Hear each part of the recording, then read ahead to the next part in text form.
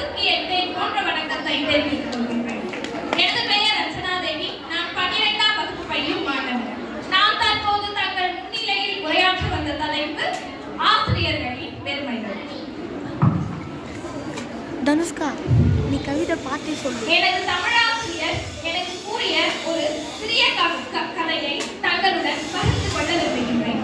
சாக்ரடீஸின் மாணவர் பிளேட்டோ, பிளேட்டோவின் மாணவர் அரிஸ்டாட்டில், அரிஸ்டாட்டிலின் மாணவர் தி கிரேட் அலெக்சாண்டர். உலகத்தை ஒரு குடையின் கீழ் ஆள நினைத்து வெற்றியும் பெற்றவர். எப்படி உலகத்தை ஜெயித்தாய் என்று கேட்டதற்கு, நான் இந்த உலகத்திற்கு வந்ததற்கு காரணம் இந்த உலகம் காரணம் ஆசிரியர் என்று கூறினாராம். நமக்கு உலகை காட்ட நம்மை செதுக்கியவர் தாய், உலகிற்கு நம்மை காட்ட செதுக்கியவர்கள் ஆசிரியர்களே.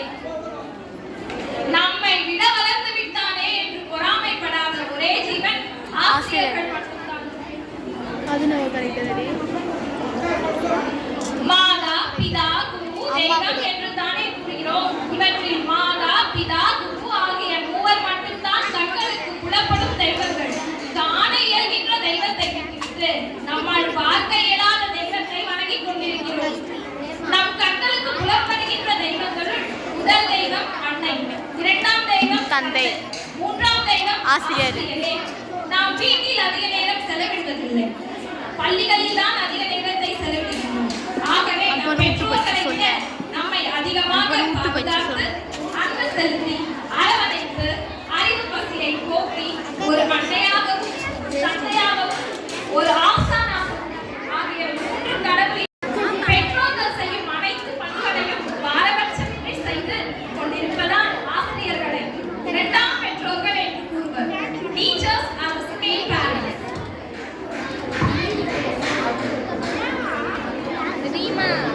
நம் பெயருக்கு முன்னால் போடப்படுகின்ற இனிஷியல் பெற்றோர் தந்தது. அதேபோல் நம் பெயருக்கு பின்னால் போடப்படுகின்ற டிகிரி ஆசிரியர்கள் தந்தது தானே. லாயர் இல்லைன்னா நியாயம் இல்லை, போலீஸ் இல்லைன்னா பாதுகாப்பு இல்லை, டாக்டர் இல்லைன்னா வைத்தியம் இல்லை, இன்ஜினியர் இல்லைன்னா டெக்னாலஜி இல்லை. ஆனா ஆசிரியர் இல்லை என்றால் வேலைக்குரிய எவரும் இல்லை.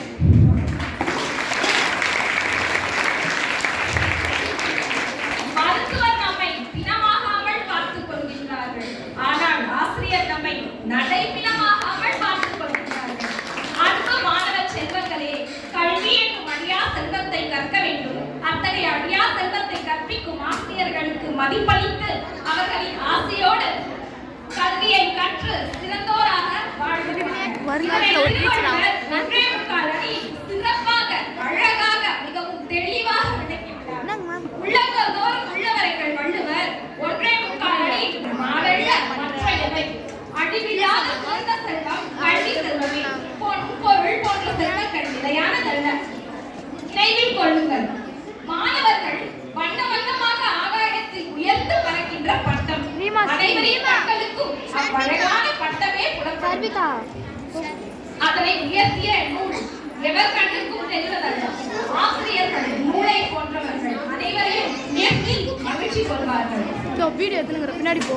இடிப்பாரே இல்லாத எடுப்பாரே என்ற குரலுக்கு சான்றாக இருப்பவர்கள் என் வகுப்பாசிரியர். எங்கே அதிக கட்டி பிடிக்கிறதோ அங்கே கண்டிப்பாக வாசகம்